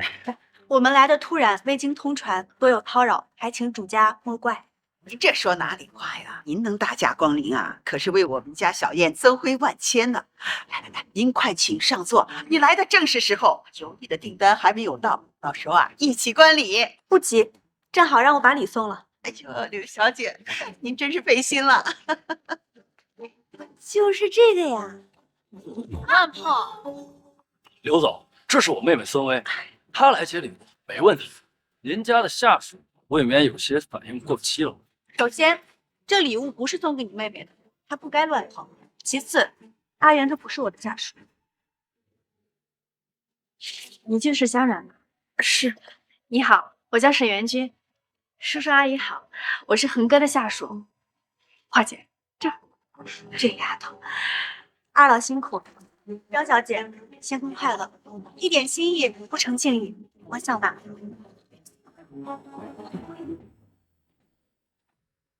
这难道是这少了就？他现在展出的是什么？听说柳家有规矩，因为报废率高，一件藏品通炉可能会开出许多件。柳下最好的一件，不负神明，称为真造，愚者进入市场流通，称为影造。毕竟这真造有价无市，即使是影造，也足以震惊全球首富圈了。凭什么呀？然然姐，这件小山青可不一样啊，是真造。这女娃说啥？这竟然是小山青的真造！这江然到底是什么来头？刘总，你我素昧平生，又无功无德，这么贵重的礼物，恐怕我不能收。江小姐客气了，虽然你我素昧平生，但我与你的兄长是深交已久，这礼便是他托我送给你的第二件礼物，本就是等价交换，死无一见而已，不必挂怀。当然了，也是我这小妹软磨硬泡，否则按我柳家的规矩，送的当是影造。既然是子恒的交代，多谢刘总亲自跑一趟啊。故有之托，应有之意。哦，对了，还得多谢沈小姐美言呀。哪里，恒哥家有喜事儿，送点好的自然是应该的，算是员工福利。要辛苦哥哥为我准备这么多了，只是恐怕我又要让他失望。失望？就是这婚结不成了呗。孙家重利妄义，全然忘记了然然之前的种种付出，自认门高，觉得江家配不上他，可然然万般刁难，就连现在冉冉自己花钱买个钻戒，还嫌他花钱多，要不要脸啊？冉冉姐，有福之女不进无福之门，这婚不结也罢。不错，那这小山青便当做你脱离樊笼的贺礼吧，倒也合适。其名正是出自苏东坡的名篇《行香子》，正所谓重重四画，曲曲如萍。虚老严陵，君臣一梦。今古空明，待远山长。云山乱，小山青。冉冉姐，青山依旧，旧事已矣，过去的都过去了，往后只会是坦途。冉冉，我跟我妈商量了一下，还是挺舍不得你的。这婚我可以继续结。不是，哥们，你是不是大白天又在做白日梦？楼上有个酒店，我送你上去好好睡一觉，好不好？我认真思考过，你对我是有感情，而且怀着我们孩子。你也不想孩子一出生就没有父亲，被那些不知情的人指指点点。冉冉姐，你可一定要考虑清楚啊！对啊，孩子的事情先不提，有些人不是良配，你不要勉强自己。再说了，你还有家人，他们才是你的后盾。真心的，你看他都知道错了，求你跟他复合呢。我没看出半点求的意思啊！冉冉，婚姻是我们自己的事，你要自己想清楚，不要太在乎别人的意见。想想，如果我们成婚了，现在房车拒绝，我又拿下了友谊的大单，前景远大。再加上你哥那边和萨尔斯的关系，双方合意未必不能给他带来一些帮助，可以是共赢的。冉冉，你不是最喜欢欠人情的？而且还有2个孩子，我们的感情你应该清楚。现在和我继续结婚是你最合适的选择。你也太拿自己当回事儿了吧？你知不知道？行了，干嘛？这是人家的家事，你不方便插手。有些事还是让江小姐自己决定吧。连大哥，我哥他回来了，他回来了，只是怕，要不你可以帮我打一个电话吗？我自己跟他说。好。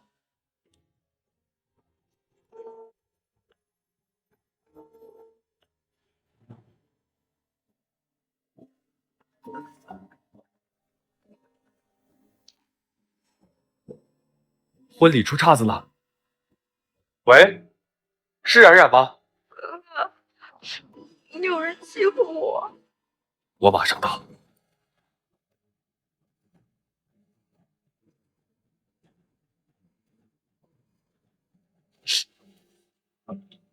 你放心吧，他跟我一块过来的，离得不远，一会儿就能到。周薇，滚过来，哥，给你嫂子道歉。凭什么呀？给你嫂子道歉。豪哥，对不起，他不是这件事的主。啊，过来，给冉冉道歉。行，闹雨，哪有婆婆给儿媳妇道歉的道理呀？这我这长辈威严还要不要了？他认你是长辈，他不认你就不是。别让我难做啊！冉冉啊，对不起，那妈呢？这2年就是生活过得好一点，有点飘了。其实以前我不是挺照顾你的，不是啊？张善，你这个人蠢笨愚昧、短见薄识，但好歹养育了一对儿女，这辈子也算过了。我知你是何等样人，我不怪。但是孙浩宇，你没必要再装下去了吧？事情发展到今天这个地步，难道不是你这个人为人凉薄的问题吗？这才对嘛！冉冉，你是怪我对我妈和妹妹太过于不讲情面？我这不是为你出气吗？为了我，你不是为了我哥背后的资源吗？为了你自己罢了。都怪我，没有听我哥的话，事到如今才看穿你的真面目。但是你的母亲、妹妹不过都是被你这五湖资团所挑逗利用的2把刀而已，而我才是被你搓磨了7年的那个人，是你。但我不该让你付出代价消除此恨吗？不，当初是你一掉就上钩，爱我爱的要死要活，不是吗？更何况我现在事业有成，又明显要借游艺之力乘风而起，而你一个连份正经工作都没有的家庭妇女，拿什么来报复我啊？我劝你啊，还是接受我刚刚的建议，和我结婚。到最后，这好处还是落在咱们孩子身上。他没有，我有。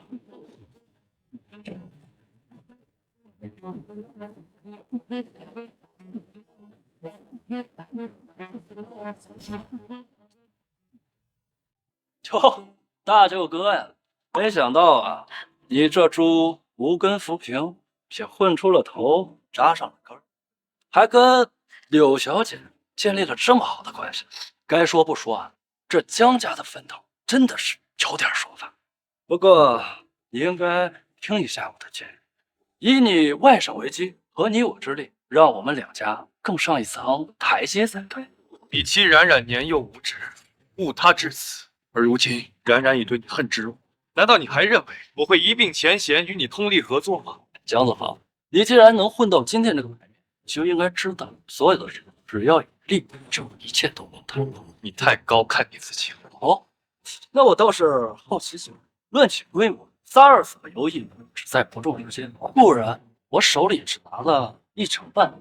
当时你与柳小姐相交莫逆，可终究是天壤之别。你到底是哪来的底气？闻声于我，就算我与你势同水火，那又怎样？难不成你要让32施压，让游艺取消我的订单，把我踢出供应商之列？都是你，还犯不上让柳小姐出手。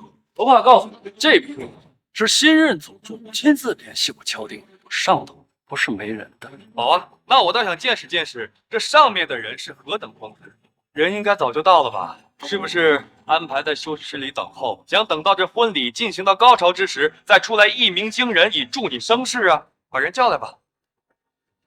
于总助，是时候，劳烦你移步到宴会厅，顷刻之间变动。今日且见江兄之威。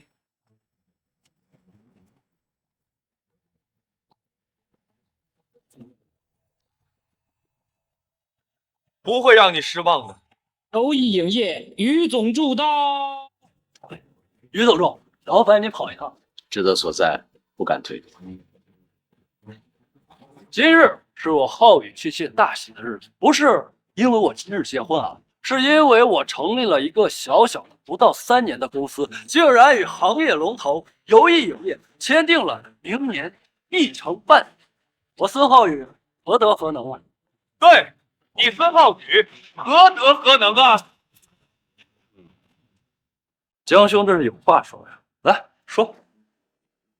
懒得说，他怎么敢这么说话？在这么重要的场合，竟然敢口出狂言！他这出怕是要萨瑞斯和友谊结下死仇啊！生意场上要的就是一个一往无前的事。这友谊携手影视排行第1之威，受了这般羞辱，要是治不了这小子，友谊这位大中华地区的 CEO， 怕是要成为商界的笑柄喽。张总，你太嚣张了！于总助代表的是友谊影业大中华区 CEO 的脸面，你竟然如此蛮横，你是有意挑衅吗？小鱼，过来。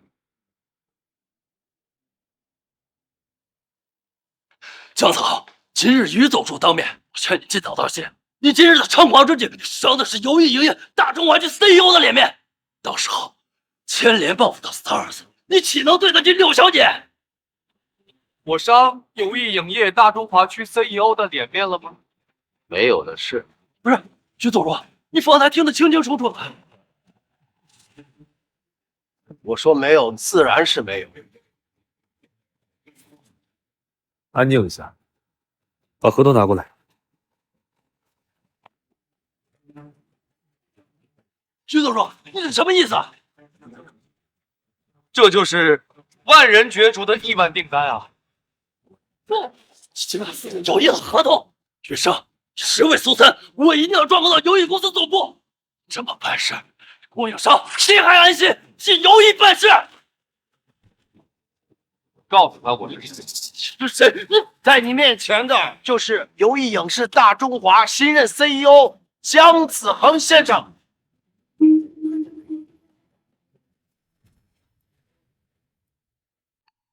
什么？姜子恒他也是友谊影业新任 CEO 啊？这不可能，绝对不可能！以你的资历，你凭什么坐上这个位置？就凭他是黑神话项目网最灵魂的人物，他就是环球本人。回去，你是回去，怪不得我能拿到订单，是你让江然把订单给我，所以柳小姐才把小山青送给人，因为你们是神交知音。累了，辛苦你跑一趟。没有什么，一切为了公司业务。走吧。走吧。孙总，你从我家预制的那批器材出现了问题，现在需要全款预定。鉴于你和友谊的合作告吹，新一批的贷款审核也无法通过，上批的贷款需要你证明自己有还款能力，提前还款呢。孙总，既然你和友谊的合作告吹了，那我们之前扩大规模的事儿，现在还是缓一缓吧。我现在给你3天，把停放在我厂房里的器械处理掉，否则视为弃置，我自行处理。都滚！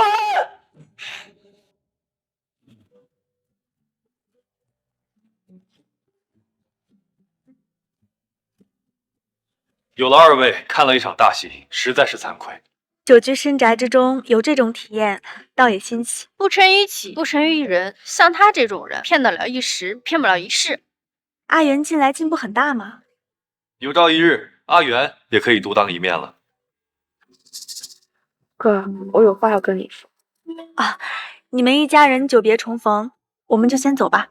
华姐，我们回去也有事要处理。堂堂友谊大小姐，别耍小性子。那有时间再聊。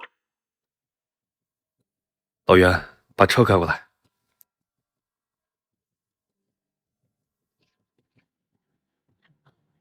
孙浩武确实和游艺内部的人有勾结，借他公司的壳输送利益，侵吞公司财产。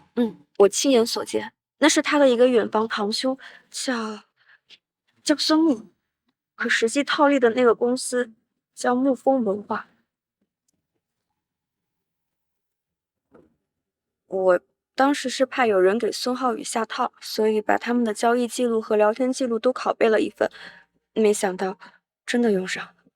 孙木有意思，京官上任3把火，就以你为基。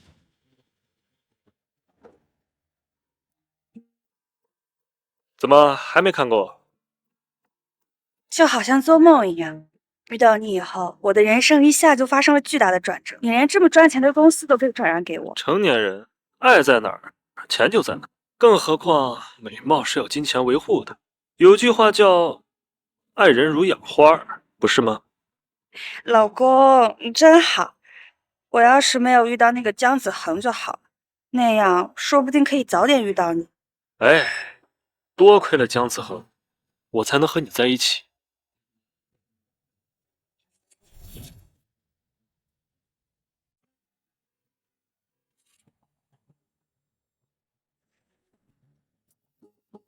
今天陪我逛了这么久，累了吧？哪里的事啊，毕竟是为了陪我去参加公司年会才要买衣服的。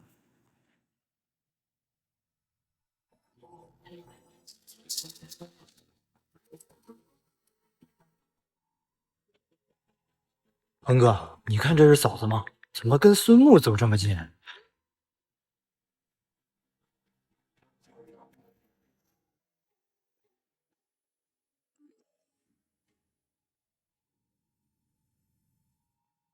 分手了，他爱和谁在一起，他的自由。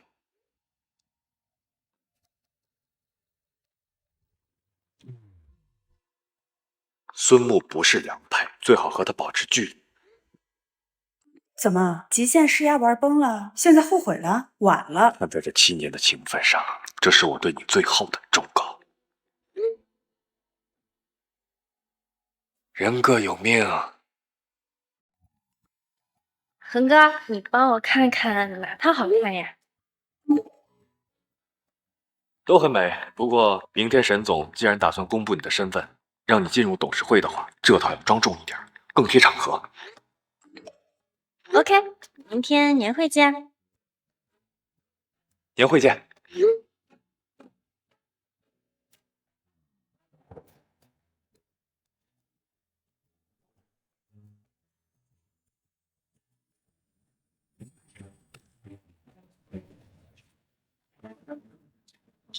哦，恒哥好，恒哥好，恒哥好，恒哥好，恒哥好，恒哥好。你怎么在这儿？怎么，江导管天管地，竟还管上别人带家属来年会了？家属，孙木，何必明知故问呢？我刚跟苏木在一起，你就知道了。拉黑我的时候，我还以为你有多坚定。别误会，只不过是出于7年的感情，友情提示你罢了。友情提示这种话，你留着去骗小姑娘吧。临安城这么大，怎么我刚谈恋爱你就知道我男朋友不是好人？你又知道了。姜子豪，你不觉得你可笑吗？意外得知，事实就是如此，有什么可笑的？意外得知，我不仅没有向你低头认错、伏低做小，继而还得到你的顶头上司的喜爱，还和他在一起。更上一层，确实让你太意外了。我要你低头认错，伏低做小。你真以为自己的手段很高明吗？在我生日那天说要跟我分手，拉黑我，不过就是为了要 PUA 我。接礼物的事情引发我的愧疚，降低我的自信，打击我的配得感，让我对你患得患失，乖乖服从。我是铁了心的要跟你分手，为什么要让你对我患得患失，乖乖服从啊？铁了心要跟我分手？那子木，我刚谈恋爱，你这个拉黑我几天的人，就跑过来要抹黑我的男朋友，让我分手。姜子豪，我以前怎么没有发现你这么恶心啊？好心当成驴肝肺。好心，你不过就是在 PUA 的过程中发现事态已经脱离了你的掌控，这样下去，你不仅会失去我，还要眼睁睁看着我遇到更好的人。在这种强烈的后悔和嫉妒心之下，你才有想方设法的拆散我，对吗？我后悔、嫉妒，不是吗？你离了我，你就遇不到更好的了。而我刚离开你，你的顶头上司就对我一见倾心，你不后悔、不嫉妒吗？恒哥，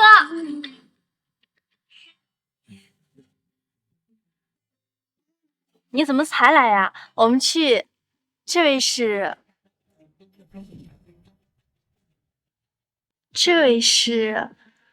前女友，他是谁？同事，跟你有关系吗？前女友，同事，穿的这么喧宾夺主，实习生吧？第一次来参加年会，连公司的规矩都不懂。有意对他没规矩。哟，还护上了？怎么想老娘吃嫩草啊？这位姐姐，你跟恒哥已经分手了，对吧？对。既然已经分手了，你又不是有意的，那是现任也在有意？不仅在，而且啊，还是他的顶头上司啊！你还有顶头上司？他说的是孙木。连你们项目组的直属总监你都不认识，看来你也刚进公司没多久，职级也低，有些事啊你也不知道啊。你们这些小姑娘啊，可要小心。这有些人呢，仗着自己多上几年班，做出一副前辈的样子，帮你们做一些举手之劳的小事儿，你们就会误以为他们很厉害，进而对他们产生一些好感。你可要当心，别被骗了。没事儿，恒哥会为我保驾护航的，对吧？那是自然。姜子恒，你还真是越活越回去了。年纪大的能看透你是吧？现在开始骗这些没有见过世面的小姑娘，这跟你好像没什么关系吧，前女友？男人光凭一张嘴皮子厉害没有什么用，还得靠自身实力。像你们总监孙木一样，带领旗下项目组拿到应试第一的好成绩，这走到哪儿啊，别人还能敬你3分。我刚跟孙木在一起，他就送了我一个公司呢。送你一个公司？不错，你跟他比，简直一个天上一个地下。沈总到。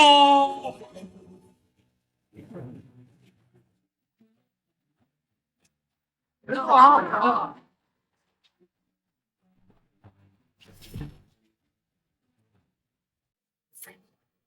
爸，阿元，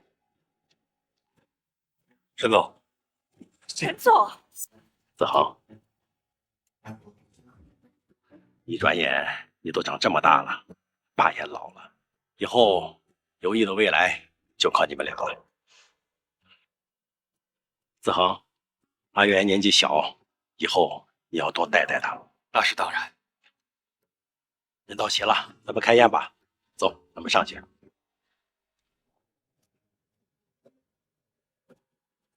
他，沈总，难道？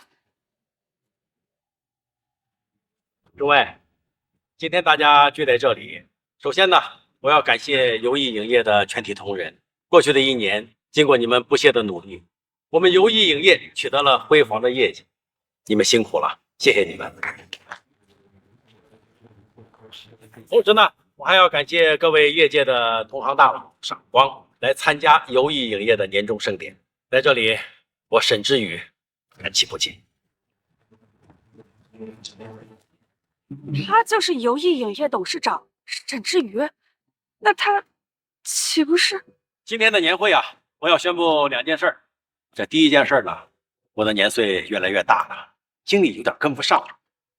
从今天起，将由我的独生女儿沈元君暂代我接任游艺影业董事长一职。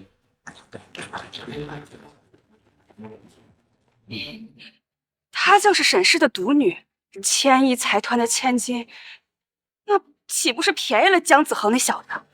不对，2个人相差太大，就算沈小姐对他倾心，沈总也不会同意的。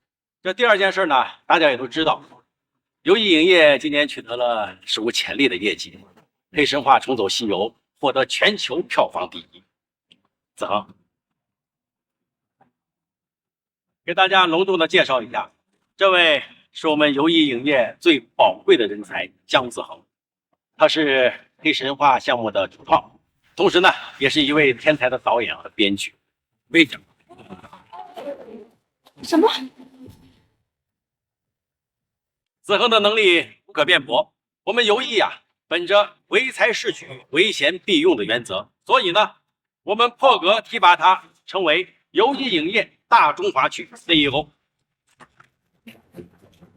他将和我的女儿无为表里，扶持前行。希望公司在你们的带领下，能够像咱们年会的主题一样，乘风破浪，让梦想起航。各位，让我们共同期待游艺影业走向更加灿烂辉煌的明天。谢谢你们。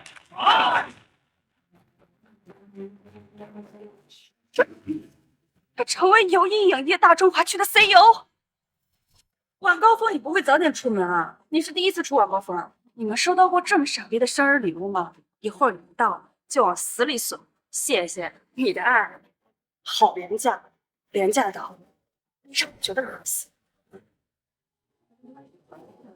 这样下去，你不仅会失去我，还要眼睁睁看着我遇到更好的人。在这种强烈的后悔和嫉妒心之下，你才要想方设法的拆散我，不是吗？你离了我，你就遇不到更好的了。而我刚离开你，你的顶头上司就对我一见倾心，你不后悔不嫉妒吗？我刚跟孙木在一起，他就送了我一个公司呢。你跟他比，简直一个天上一个地下。我都干了什么？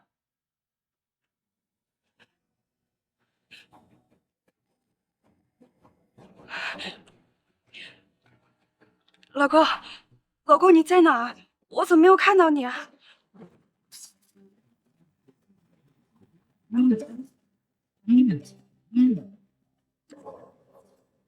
妈的！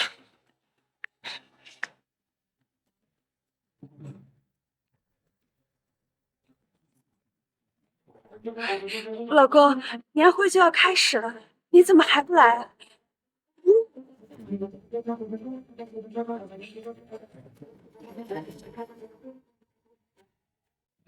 怎么会？接电话呀？怎么可能？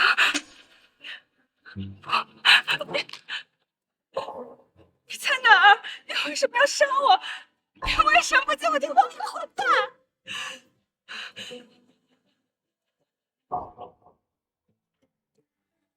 今天沈总荣退，我呢也准备了一个小小的礼物。哦，我还有礼物啊！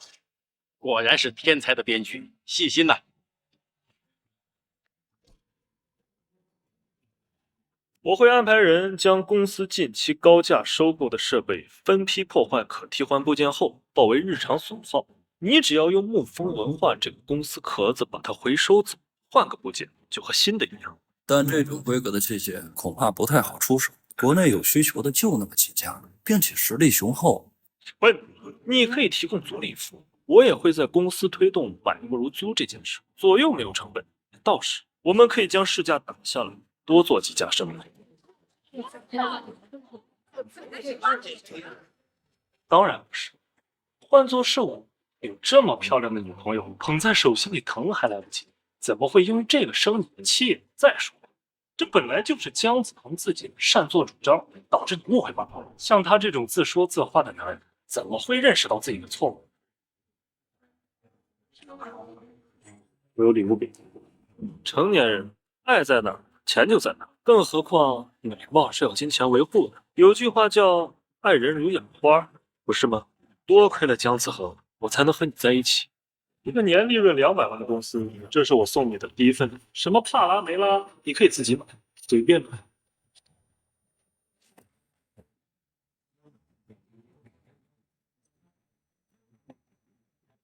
这是孙木联合自家亲戚侵吞公司财产、谋取私利的证据。沈总，执法部门已经批捕了，公司损失的绝大多数利益都可以追回。太好了，这个礼物我非常喜欢。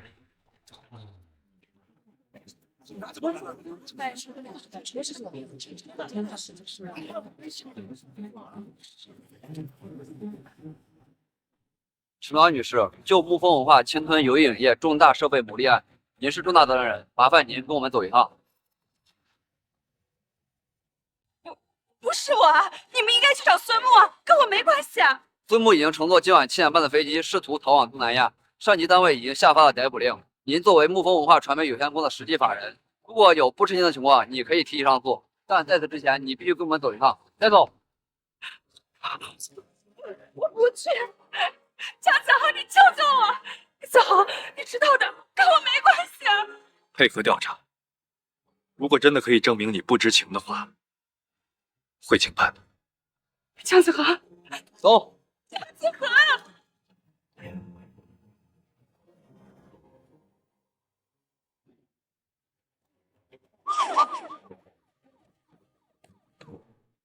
哎，你们干什么？放开，跟我没关系。